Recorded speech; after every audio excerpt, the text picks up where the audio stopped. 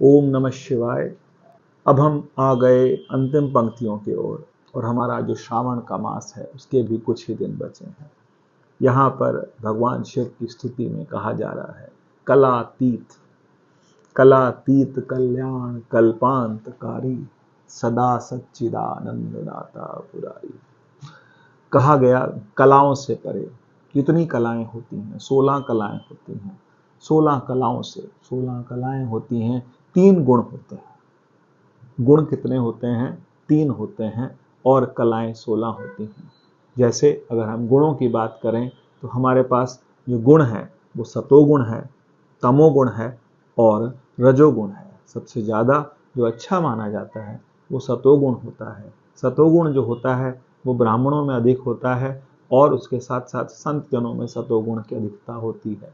और उसके बाद फिर दूसरा आता है हमारे पास में रजोगुण। रजोगुण का मतलब रजोगुणी व्यक्ति बहुत काम करता है, बहुत मेहनत करता है। ये गुण है मनुष्य के अंदर, और गुण कहें या फिर एक माया का एक भाग है जो कि मनुष्य में आ जाता है, तो वो रजोगुणी होता है, बहुत काम करता है, भागता फिरता है, सब कुछ करता है।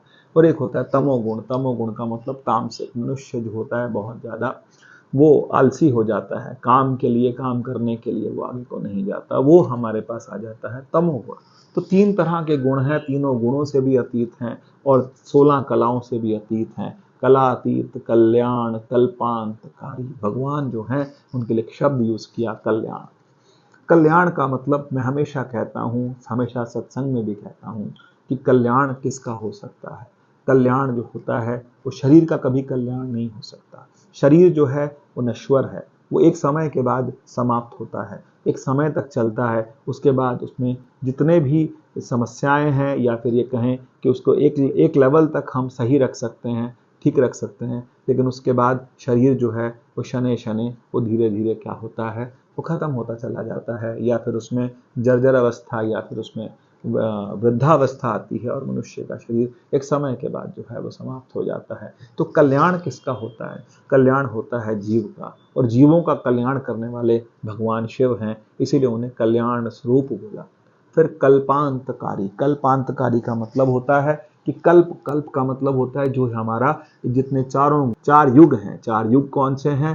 तो कहते हैं सतोगुण, द्वापर और त्रेता और उसके बाद में कलयुग। ये 4 युग मिलकर के एक कल्प बनता है। तो कहते हैं कल्पों का अंत करने वाले, जो कल्प का अंत हो जाता है, प्रलय होती है, तो प्रलय करने वाले भी भगवान शिव हैं। त्रिपुर के शत्रु, त्रिपुरांतकारी।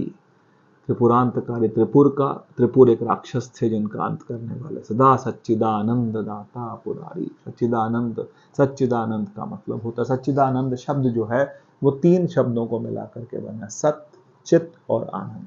तो जो सत है, परमात्मा सत है, सत्य और चित्त मिलकर के क्या बनाते हैं? सत्य और चित्त मिलकर के आनंद बनाते हैं। और भगवान शिव जो हैं वो मोह का हरने वाले हैं, तो मोहापहारी। तो मोह को क्या करते हैं? हर लेते हैं। जैसा मोह हमें जीवन में होता है, उस सारे तरह के मोह जो हैं उनको हरने वाले जो हैं भगवान शिव हैं। तभी कहा कलातीत कल्याण कल्पांतकारी सदा सच्चिदानंद दाता पुरारी।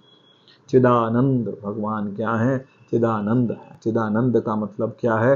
कि वो हमेशा आनंद स्वरूप हैं। चिदानंद संदोह मोहापहारी। तो भगवान शिव जो हैं वो चिदानंद रूप है। तभी हम कहते हैं चिदानंद रूपः शिवोहम शिवोहम। शिव हम भी हैं, लेकिन हमारे अंदर शिव का वास तो है, लेकिन वो प्रकट नहीं है। प्रकट कैसे होगा? साधना से प्रकट होगा। वो शिव जो हैं हमारे अंदर साधना से प्रकट होंगे।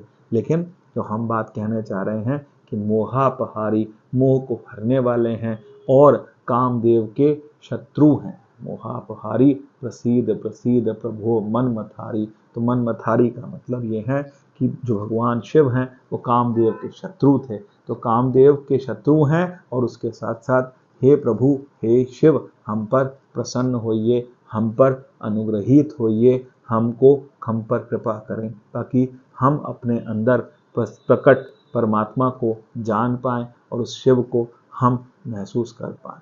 ओम नमः शिवाय।